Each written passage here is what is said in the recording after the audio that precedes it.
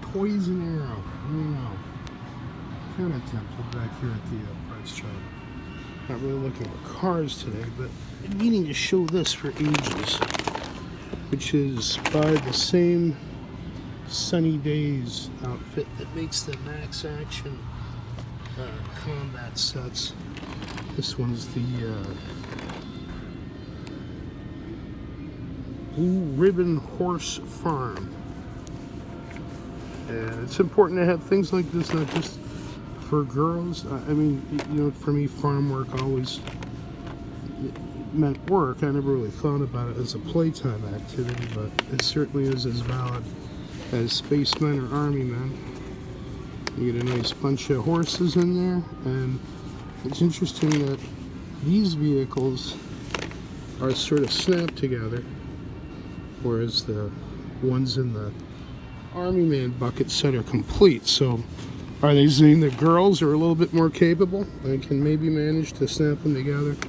Although, of course, both boys and girls respond to farming toys. And it's interesting, the top here, I guess it's supposed to look like a hayloft, whereas on the combat bucket, it's to look like a redoubt, a bunker. Sunny Days, Maxx Action, and I guess they just call this Horse Farm. $12.99. You can do worse. You know, bucket for the kids. One of each, one for him, one for her. Drop them off at grandma for the weekend. Something like that. And then over here they've got these Tomy John Deere branded vehicles. These are kind of cool. About picking one up in the past.